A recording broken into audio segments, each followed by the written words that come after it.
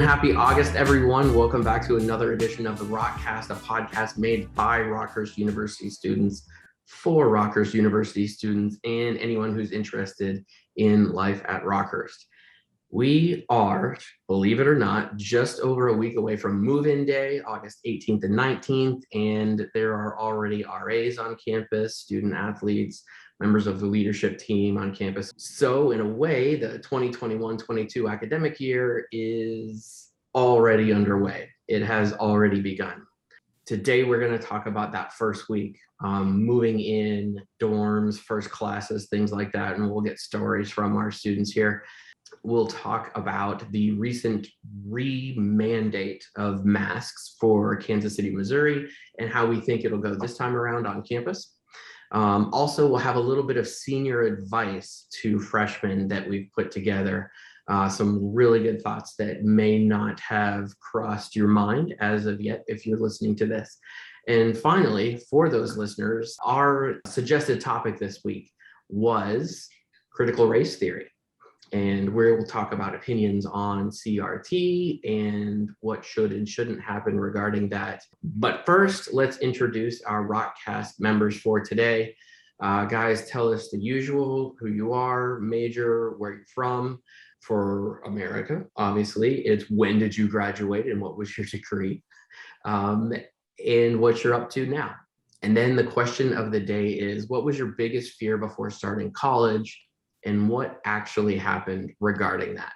All right, well, hi, everybody. My name is Jared Payton II. I am a junior at Rockhurst. I almost said sophomore, but you're right, new year. Majoring in marketing, minoring in film acting, and right now I'm in Chicago. I move in on Saturday this week, which is very soon. And something that I might have been concerned about when I definitely first got to school as a freshman was, I believe, maybe, that I haven't spoken on before, I say was probably staying active, because my whole life at every school that I've been at, I'd always played sports. And I wasn't going to play sports at Rockhurst. I haven't played sports at Rockhurst, at least organized. So that was a little bit of a concern for me. I'm like, oh my gosh, will I be able to do that? I ended up being able to do so, but going into that, I was definitely a little bit worried about how that would go. And how did that turn out for you? I think it turned out well. Not even because I joined intramurals like basketball, and I want to say a little bit of sand volleyball at the beginning of the fall when I got there. But I mean, people would always go to the gym, play pickup games, or out on the football field, and just people were always playing stuff. So it was honestly really easy, like surprisingly easy to be active, because people were always doing stuff. You just walked out. I made a lot of friends just by literally inserting myself and other people into games, and those are people I'm still cool with. So I think it's definitely something that worked not just in my favor, but for a lot of other people as well. So my name is America. I am from Shawnee, Kansas. And so I graduated this May, and my degree was a BSBA with a concentration in corporate accounting and finance. And I think something that I was probably the most nervous about was maybe finals week. Because just I had heard like in high school how like difficult that was, and that it was very stressful for college students. And then also my high school teachers kind of made it seem also that it would also be very, very difficult and just different than what we had been doing in high school. And what I found was that it really, everything is just kind of a step up than from what you were doing before. I was nervous that I wasn't gonna remember everything from a semester, because I had heard finals were basically cumulative, and that's not the case.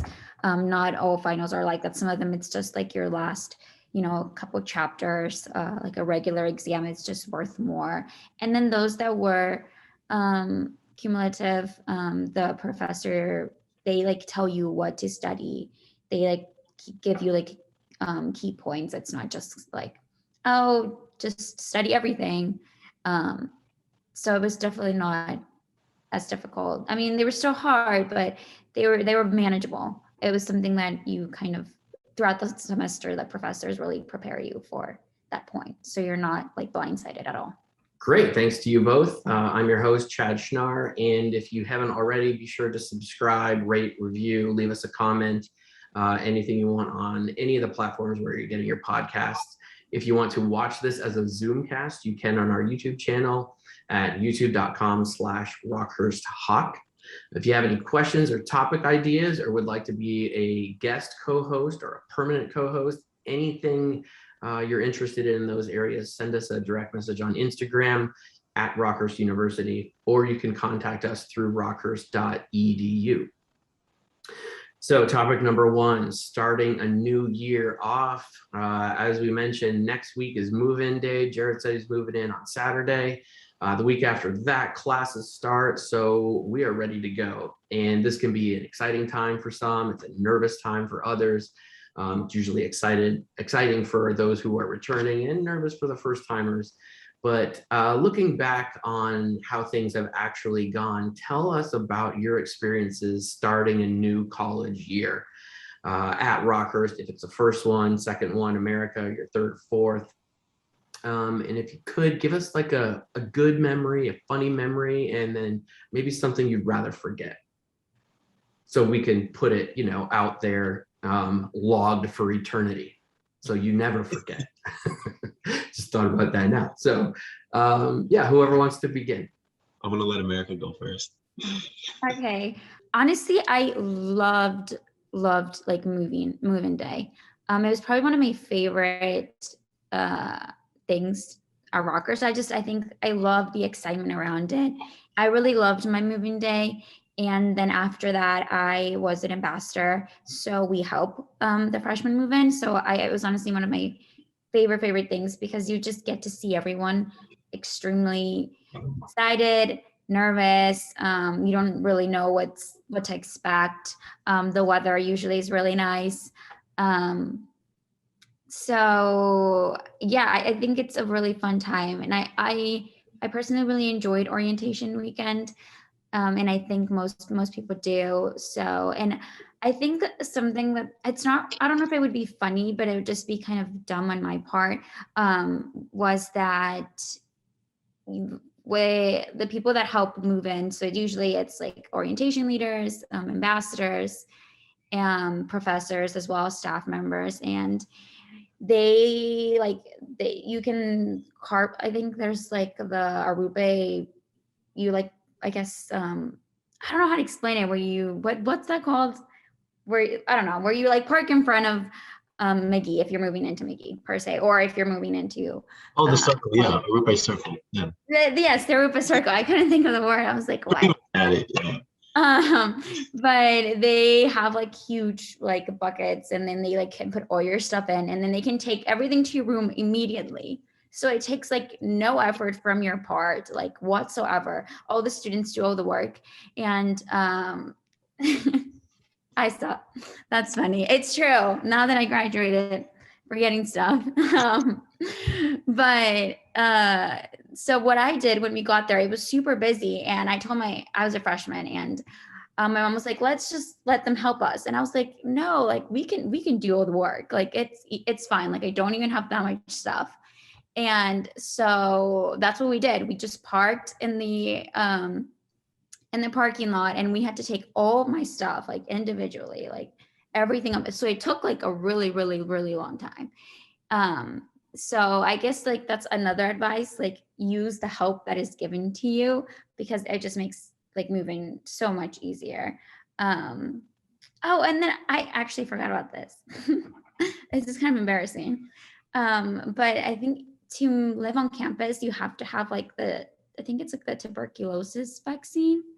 And yeah, and I didn't have it when I was moving in, because I had been in Mexico, so I kind of had just really not looked at what I needed. So the day before move-in day, I'm freaking out as a freshman, because I'm like, oh my goodness, like I won't be able to move in, like I will miss like orientation weekend, like I'm just gonna miss like all these like huge steps in like my college career. I can't like mess it up like starting like the first day. So I'm like really, really freaking out. I'm like, I like tried to look up places to go get the vaccine, and like they were like, well, no, you need to like make like, it needs to be like 2-day, like you can't have it like the day of, like you need to look up several places. So I'm calling like random numbers on campus. Obviously, at this point, I didn't know anyone because I was just a freshman. So I was like, I literally know anyone. I don't know who to call.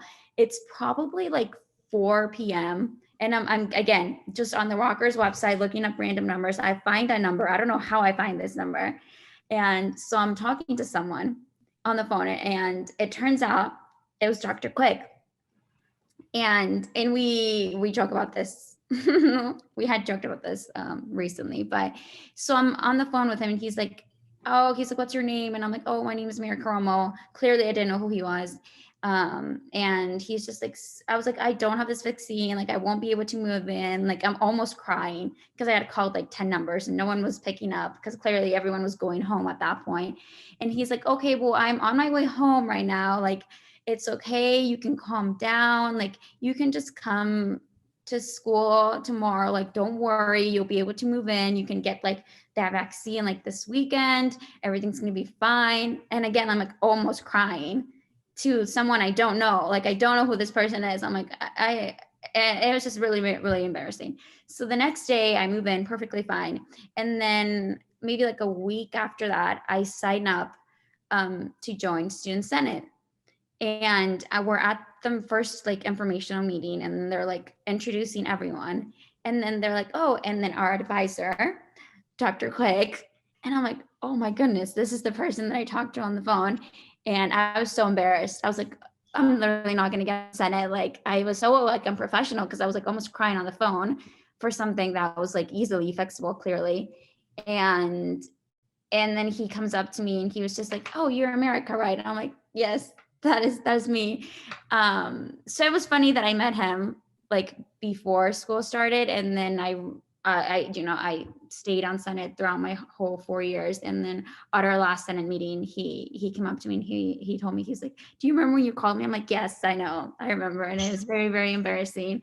But it was just so funny that I kind of got to meet people before I even knew who they were. And I always kind of talk about that story when I say just how helpful everyone at Rockhurst is.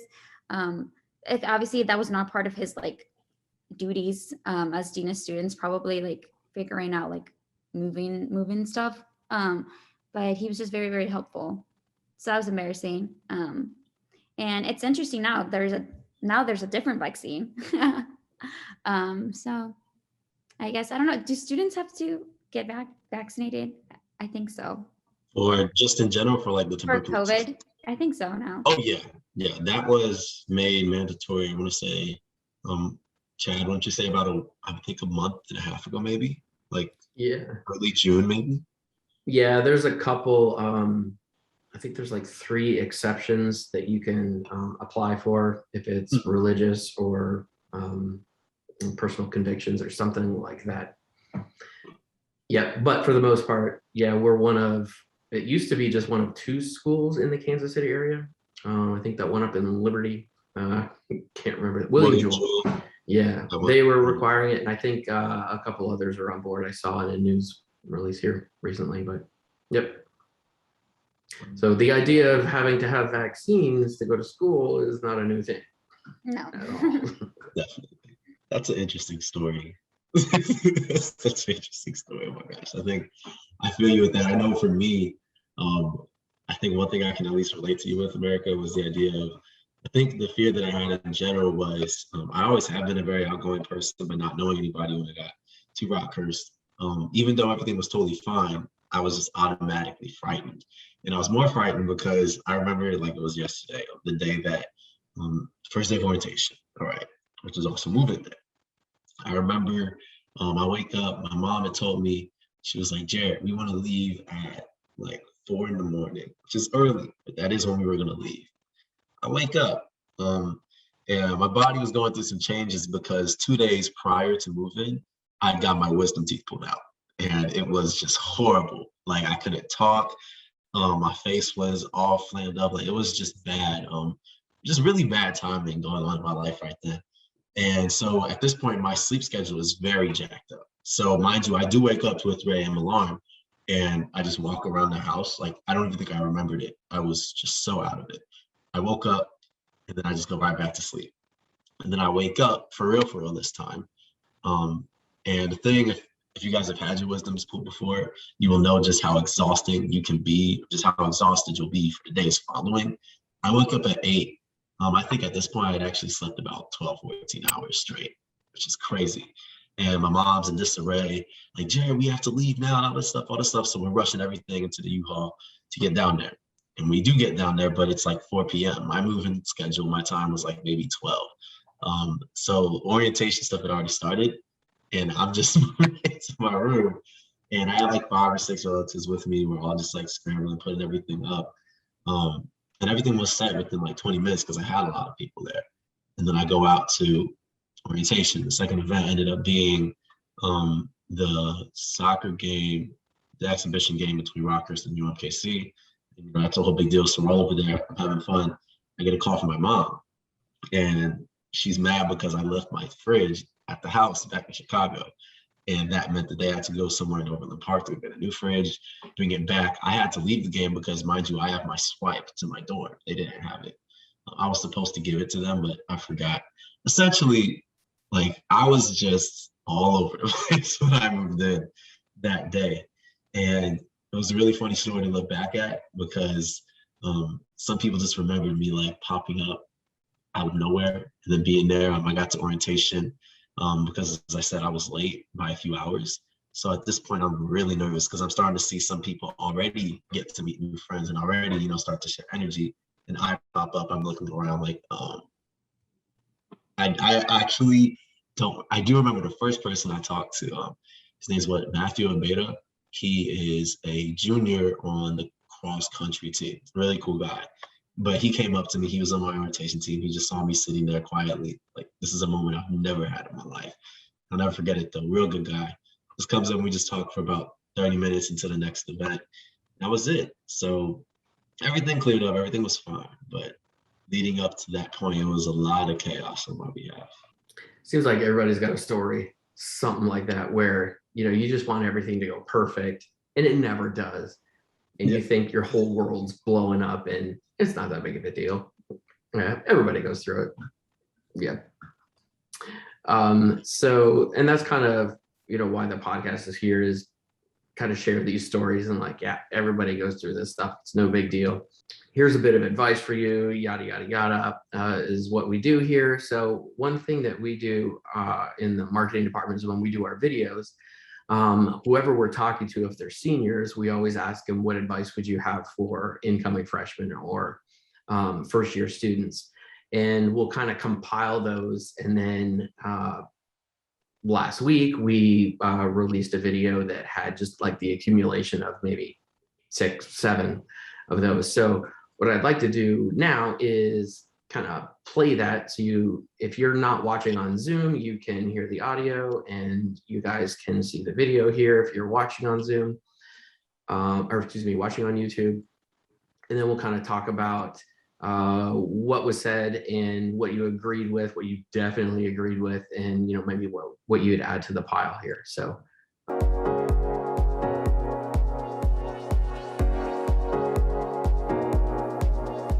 I wish I knew then that it was okay to go out of your way and make really good relationships with your teachers and ask lots of questions, because it will only help you in the future.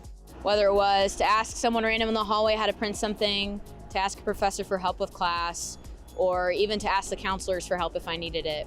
Come in and feel comfortable, because this is a place where everyone belongs.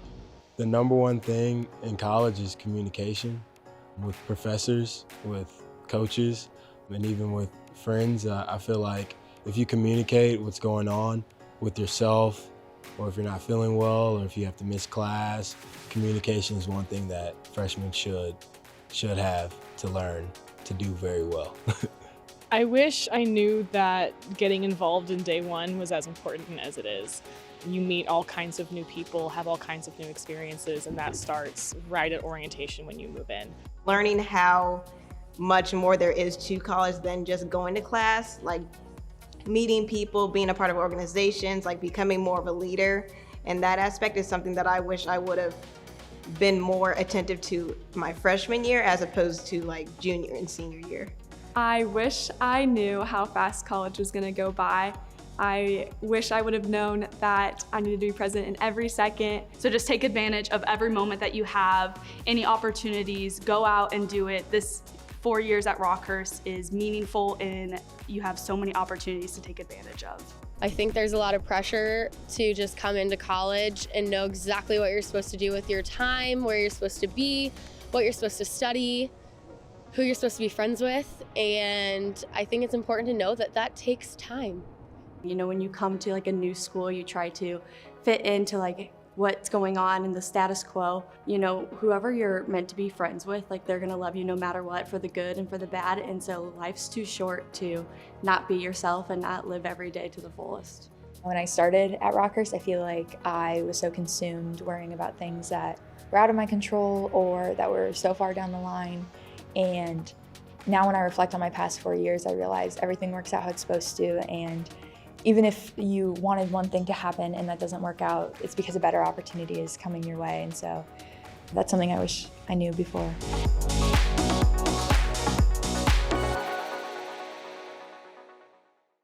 All right, so thoughts on what they said?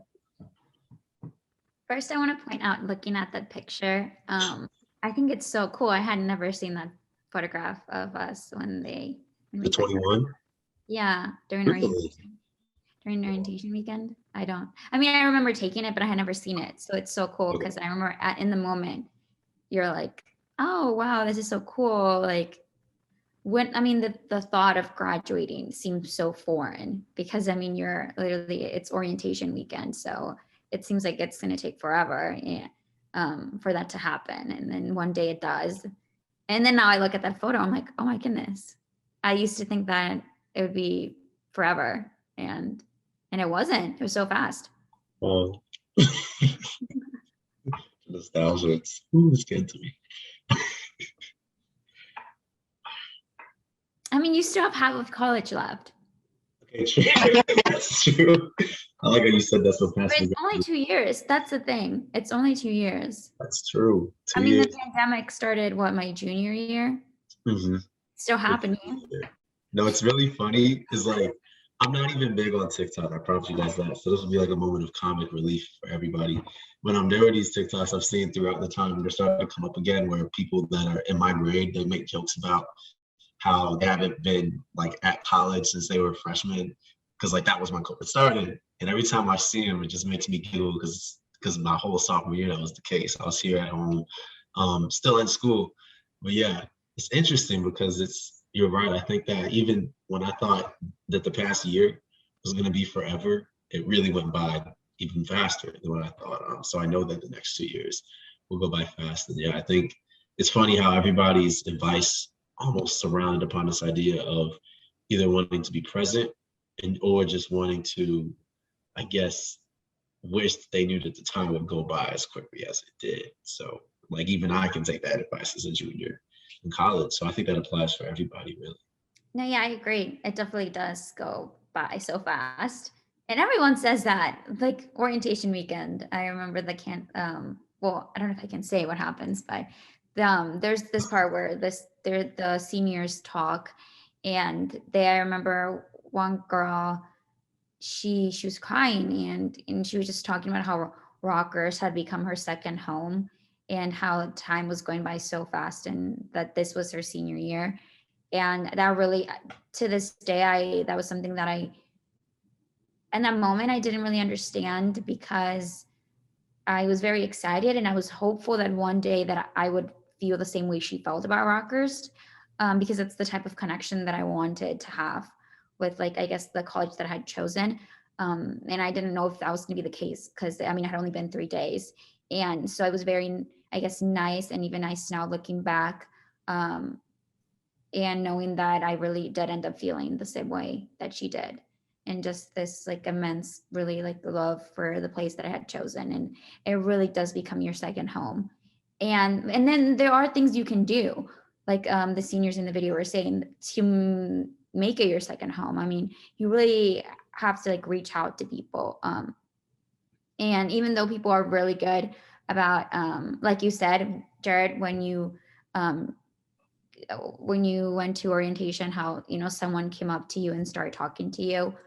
even when he was a freshman as well, which I feel like that shows a lot as a freshman to go up to someone and really make the first step.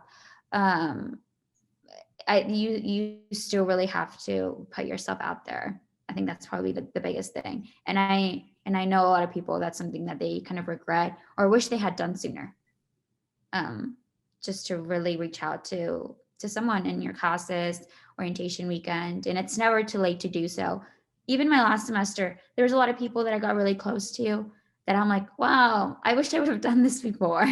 Not like, and now it's so nice because of course there's gonna be friendships that I'm gonna have forever, but I wish that I had done it before. And there were so many opportunities when I could have talked to them, and but I didn't because I was like, I don't know if I should, or I felt like I was too busy. But most of the time you really aren't as busy as you think you are. You can always make some time. So true. Wow. I think that video definitely just I think in a good way, and in fact, it's just everybody needs a reminder of what they have, before it's not there.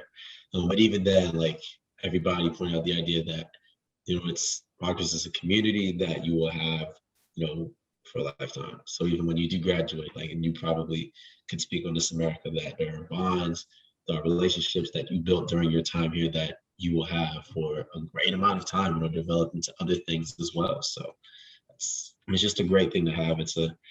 And Rockhurst is definitely not just home for us, but I'm excited for, the freshmen, for the underclassmen, even for the people who are now sophomores, because, COVID year, I don't think that they got to see what Rockhurst is as its full extent. And honestly, not a lot of us did because of COVID, and that's okay. So I hope that this year will be another opportunity for them to just gain experiences and see why we all love this place so much, but for their own ideas, right? Yeah, it's now that you mentioned that, it's kind of crazy to think that the seniors are the only ones that I've had a complete normal year, from start to finish. And then everyone else, it's been we're kind of COVID, because the juniors, I guess that it would be the end of your freshman year when COVID started. But I think Rockhurst is very lucky, and the students at Rockhurst, and I guess I would include myself when my senior year, that we kind of got to experience it in person, because I have some friends, who I guess you were at home, but there were some schools where everyone was completely online, and I think that would be very difficult, especially knowing maybe this year that they would be online as well. So it just 2 straight years in those people that were freshmen, maybe freshman to sophomore year, where maybe half of your college experience is online, so you've never been on a campus. So I think that we are quite lucky that even if we have restrictions, we can still have the Rockhurst experience, at least to some extent. Part of those COVID restrictions obviously were the masks. And going into this coming year, it was going to be that if you were vaccinated, you didn't have to wear masks. But with the recent surge in COVID cases, especially in the Midwest, the mayor of Kansas City, Missouri, recently reinstituted a mask mandate. Of course, Rockhurst is in KCMO. So we are back to wearing masks, at least to start the year, vaccinated or unvaccinated, at Rockhurst. I was wondering what you guys thought about how is this going to be this time around? Will it be as big of a deal as it was last year? Do you feel that students are pretty flexible, or do you think there's going to be some complications? What are your thoughts there? I think personally, just because, I wasn't there sophomore year, I heard that things went very well because a lot of people they wore masks as everyone was supposed to, from what I heard and from what I'd seen. And I believe that a lot of us, and well, just to be straight up, I think a lot of us we would rather have the world be in the way that it was before COVID. I think that kind of goes without saying. So at this point, right, we've already seen what it's taken from us. And that means that if we are going to get back to that eventually, that everybody, literally almost everybody, if not literally everyone, will have to come together and just fall in line with that, and that's what I heard. So personally, I don't think that will be a problem because a lot of people are just like, you know what, let's just get this over with. Let's just do what we have to do. We'll see, obviously, as the semester kicks off, but I personally believe that we'll be just fine. America, how do you feel about it?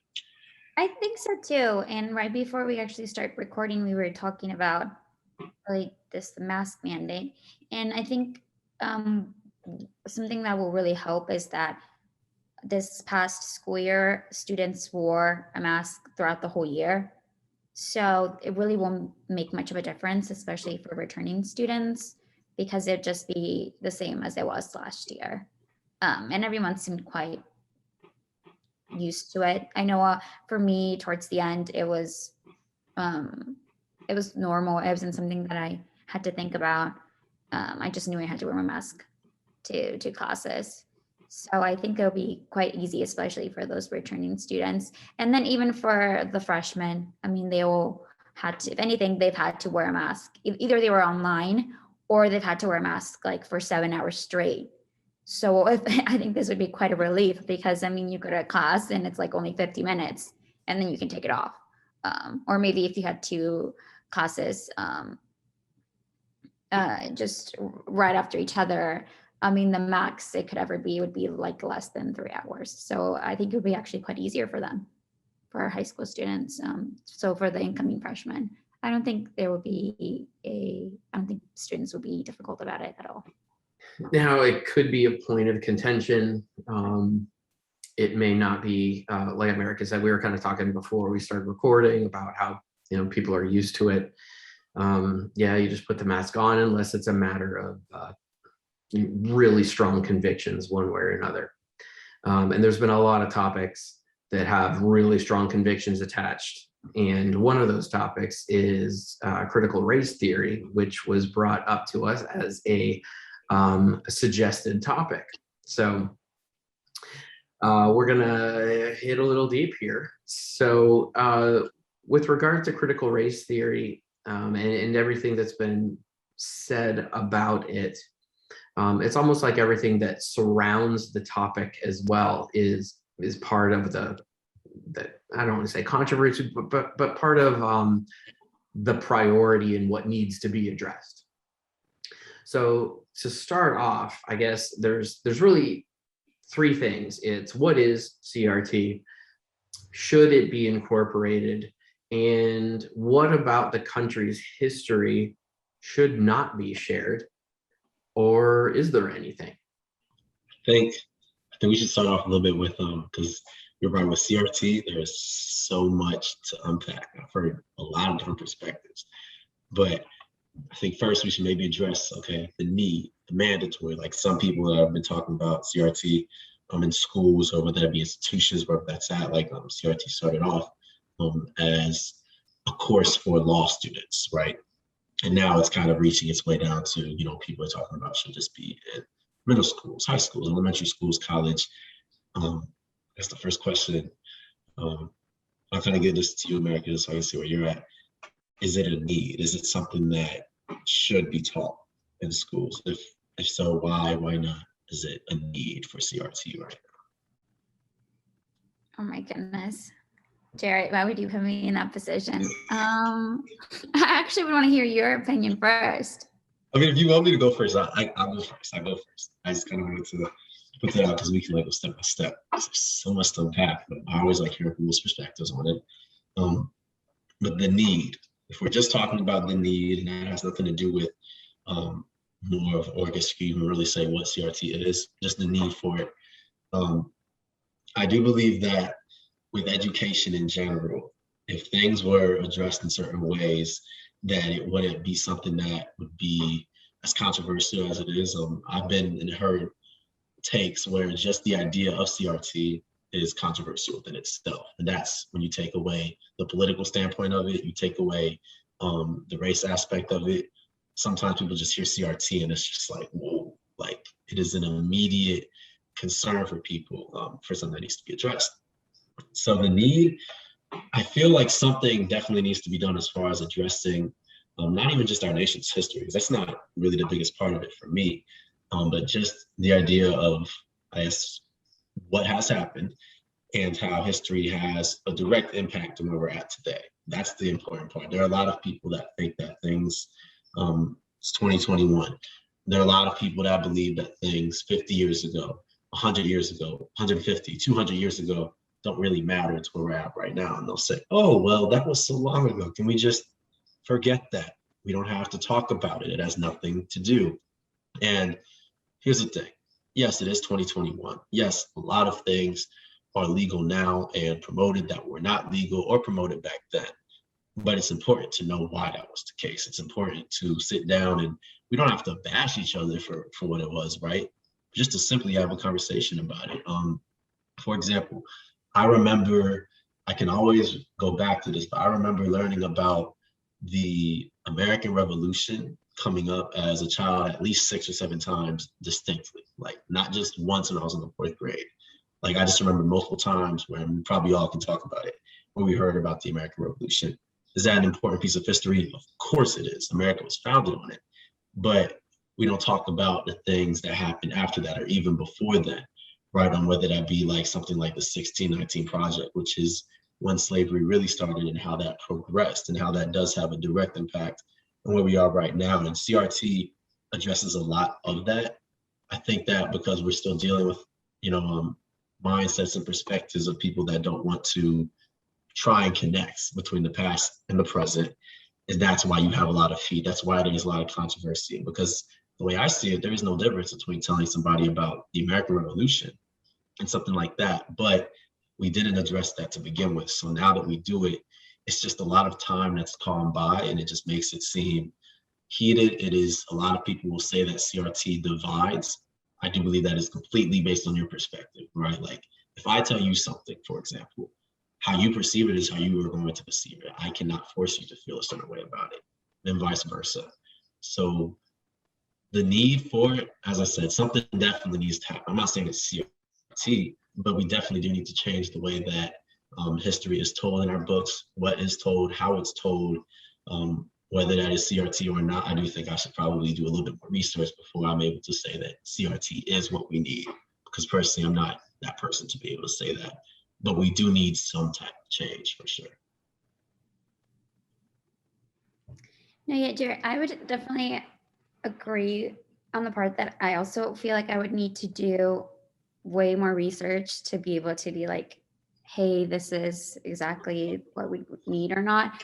But I have also had conversations with people about maybe just the effects that have happened in the past. I mean, what has happened in the past and how that really affects our present day. And I think a lot of people take it very personally, where maybe they benefit from what happened, maybe 50 years ago or 100 years ago. And they could take it as an attack to them because they say, well, I mean, I didn't do it. Why is it being brought up? And that's true. But it's not just because you're not responsible for it. And I agree, you are not responsible for something that happened 100 years ago. That does not mean that you cannot acknowledge that perhaps you benefit from it or that other people are still affected when they also aren't responsible. Those people today who maybe are being affected by things that happened a long time ago in a negative way, they're not responsible for that either. They weren't alive 100 years ago, yet they're still kind of suffering consequences, from what the laws were. And you can't just ignore that. And it's easy to ignore when it doesn't affect you, and it's because you don't see it. So I think it's just being open to at least listening, because if anything, I would say I 100%, 200% think that what has happened in the past, it makes our society today, like so many of the things that we think, and even just like the laws that we have, even if we don't want to see it, even just like divides in our city, So yes, we cannot just pretend like things that have happened are not relevant today, because they may not be for you, or at least not in a negative way, which is why it's easy to just kind of not look at it. Exactly. I think another big thing, you talked a little bit about ignoring things. That's definitely something where it's like, where I hear that perspective, I have to think a little bit. And it comes from this idea of where if we look at history in general, broad definition, I'm not going to get too encyclopedia with it, but it's just things that have happened in the past. That's all. If it was yesterday, it's history. So I think in order to really have a true valid conversation about CRT, we have to look at the idea of what history is in general and what does history mean. And obviously it means a lot, because what are we being taught as kindergartners, first graders? We're being taught history, right? So history obviously matters, because if it didn't, we wouldn't be taught history to begin with. And so that leads us to this idea of saying, okay, if we are going to teach history, what are we going to include in that package, right? If we're going to teach about everything that we already said, because the idea of what matters to one person can be totally different than what matters to the other. But America is a melting pot, right? There's a lot of different religions, ethnicities, sexualities, all types of different things in America. And I think that's what makes America so beautiful, right? In many ways flawed, but in many ways still beautiful, because of all these different perspectives and people that we have here to offer, which means that our history has to include a lot of different things. And that's just what it is. However, like, I do believe definitely when America first started, it wasn't nowhere near as diverse as it is now. So trying to flip the script from then to now, it's happened slowly.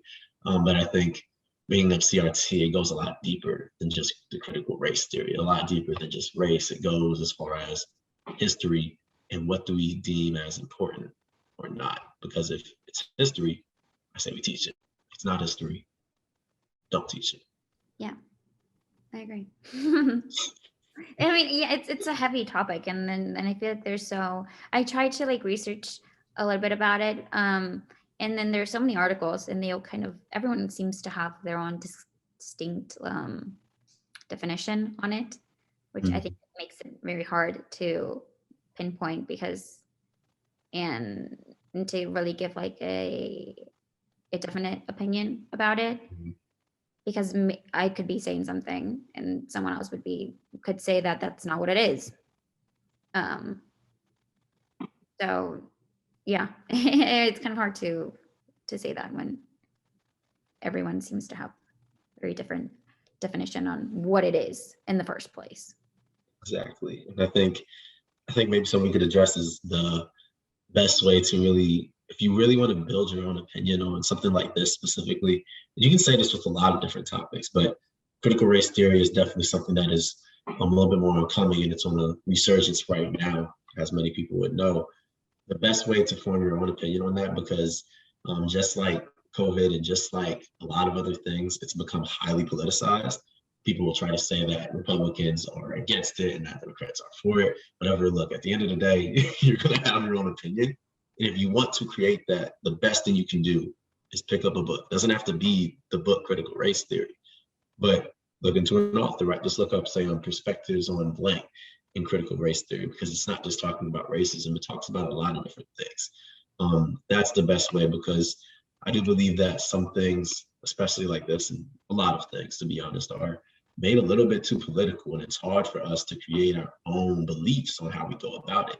Even sometimes I struggle with that, but I realize if I really want to get past that, I got to either pick up a book or I got to get online, look at different things, or I look at scholarly journals. That can be a lot of work to find them, but if you really want to get past the headlines, because sadly the headlines is what even made us aware of CRT to begin with, was the headlines. But if you want to know more than just that, you typically have to dive a lot deeper. Yeah, you do have to go out of your way to do so, but if that's what you want to do, it's totally worth it. Yeah, what you were saying about things being made too political, oh my goodness. That is so true.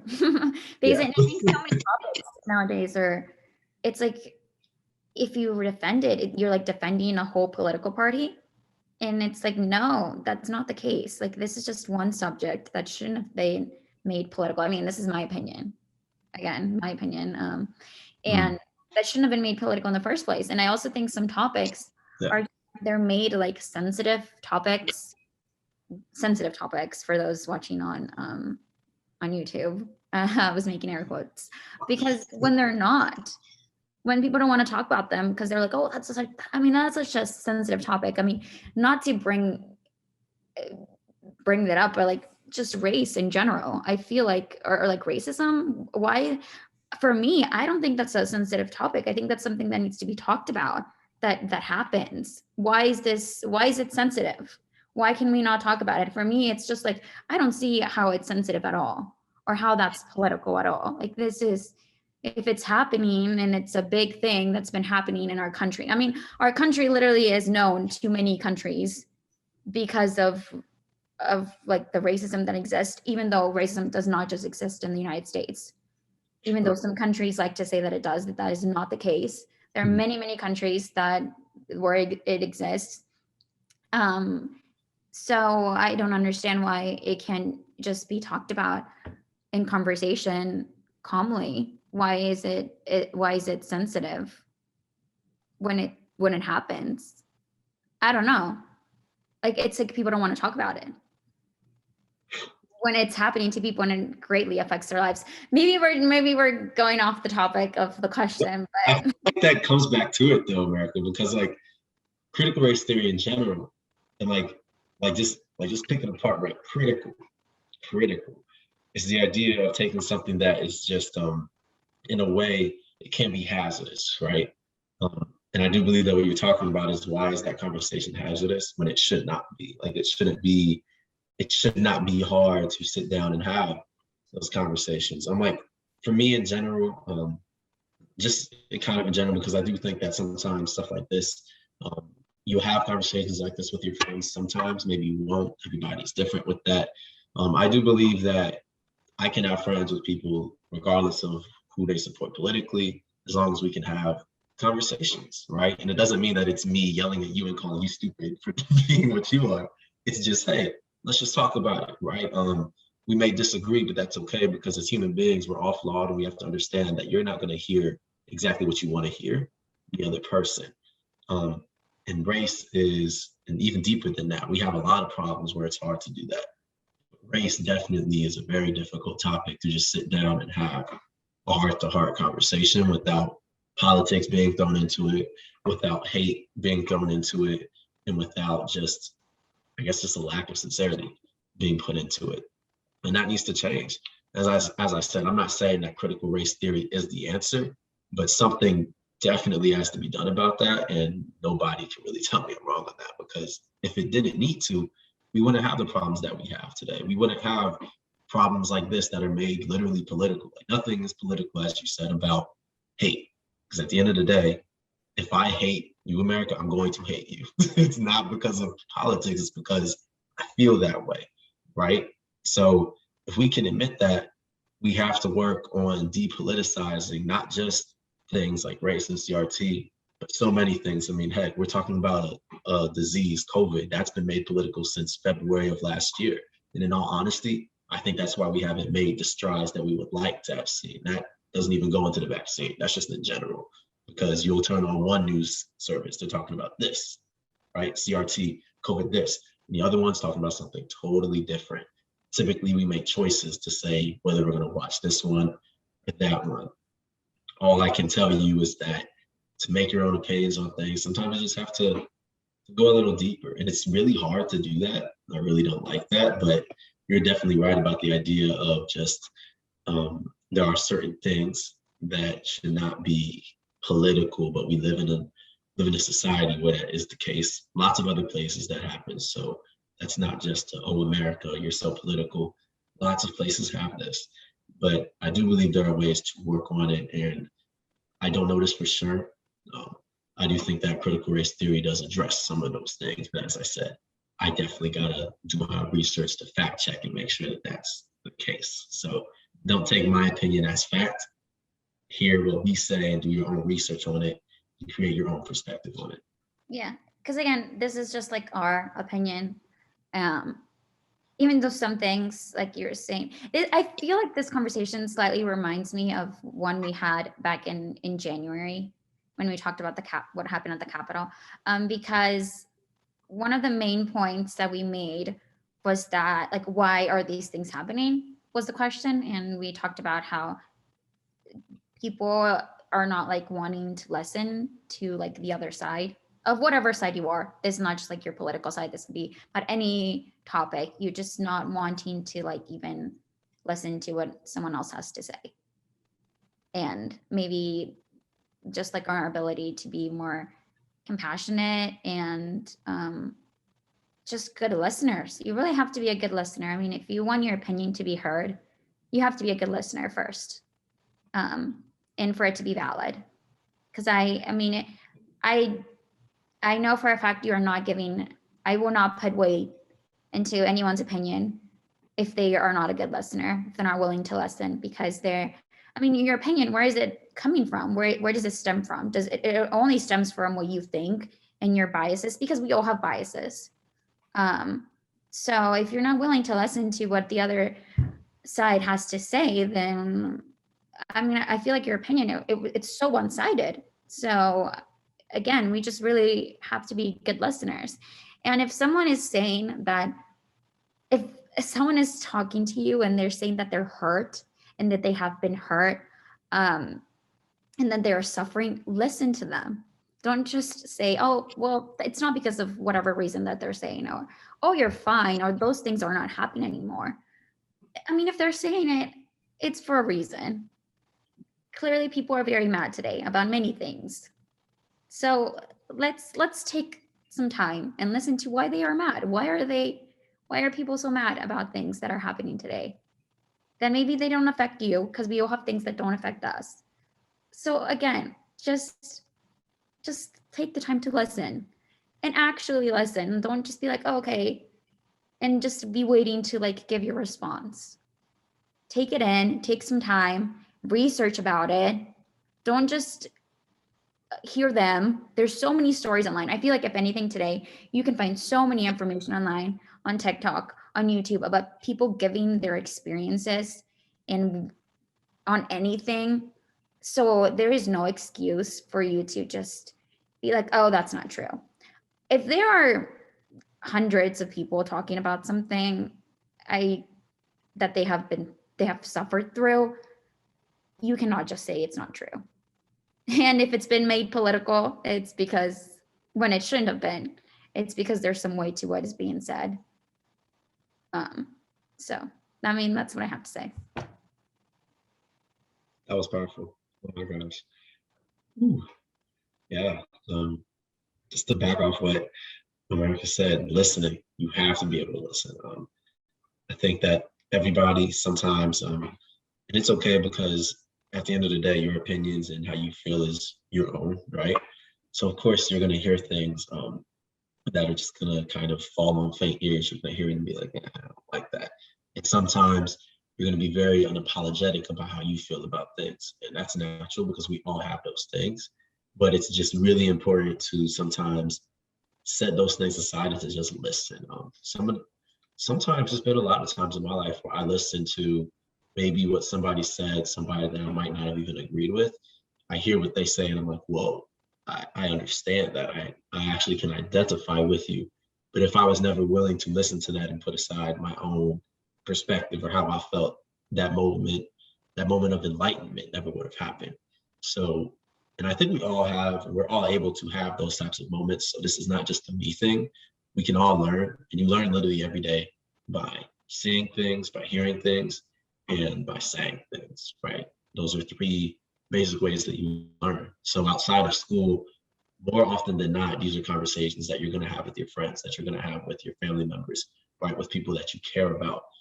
And going into those conversations, it's just best to go in with an open mind, even if you already have an opinion. Because at the end of the day, that's why we have these problems. We're not willing to listen to what other people have to say. If they disagree, it's okay. There's ways to have healthy dialogue in the midst of a disagreement. And that's where I'll leave that. And just to, I feel like, end it off, I learned so much when I talk to someone where I like completely disagree with what they're saying. I really do. I really learned so much because I understand now, because I like to ask the question, okay, why do you think that? Okay, and then they list off things. It could be, well, where I grew up, my family, school, the clubs I was involved in, like so many things, because those things really make up who we are and what we think. And then when you're able to understand where they come from, I understand why they think the way they do. That does not mean I agree at all. But now I understand why this is happening, because you really have to get to the stem of it. It's like, oh, okay, well, so you think of this maybe because of what you learned in school. So maybe we need to think about, again, kind of going back to CRT, what is being taught at schools.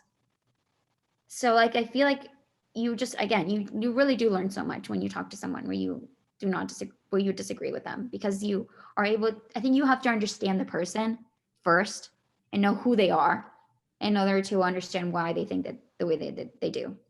And in today's society, most people don't even want to get to know the person, or that's why we don't understand each other. Yep. I think I'll leave this as one of my great friends from Rockhurst, Lydia Fakadu. She is a RA in THVs. So many of you guys will probably see her if you haven't already. She also tell me this. I love having genuine conversations with her about things that go on.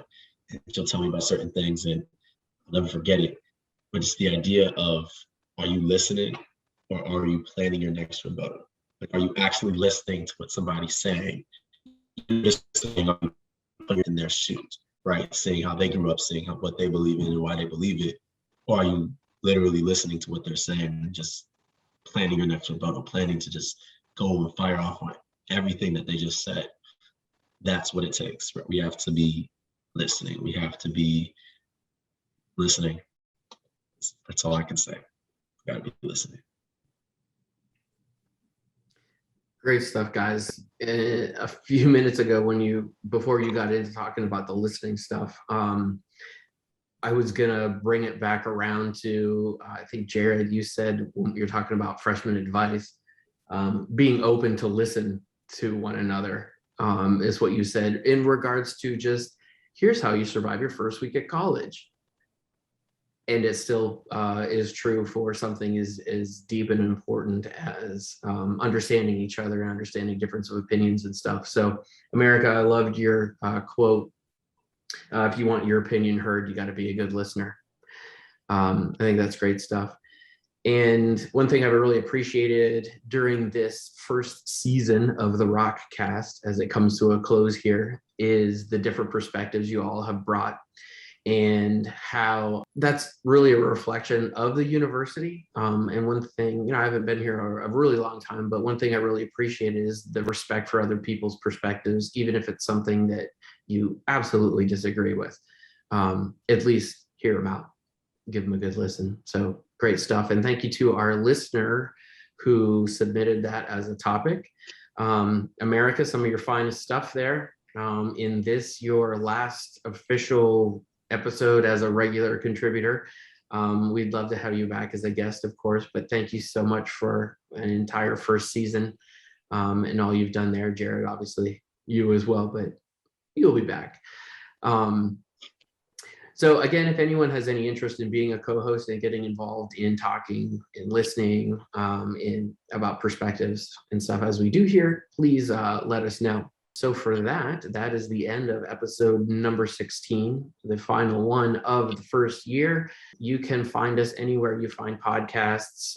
Be sure to give us a follow, recommend us, share it, whatever you will. Leave a comment. 5-star ratings go great for getting it into other people's feeds. Just really help us out. Really good content here. To watch the discussion again, you can find us on YouTube at youtube.com/RockHurstHawk. So again, for Jarrett and America, and also Vince and Bree, wherever they may be. Bree is actually an RA, so she's working here on campus right now, getting stuff ready for students to come in. Vince wasn't able to take that time off, but wherever he is, we're thinking about him. and hope to have him on as a guest next year as well. So that is all. Have a great week, everyone, and go Hawks.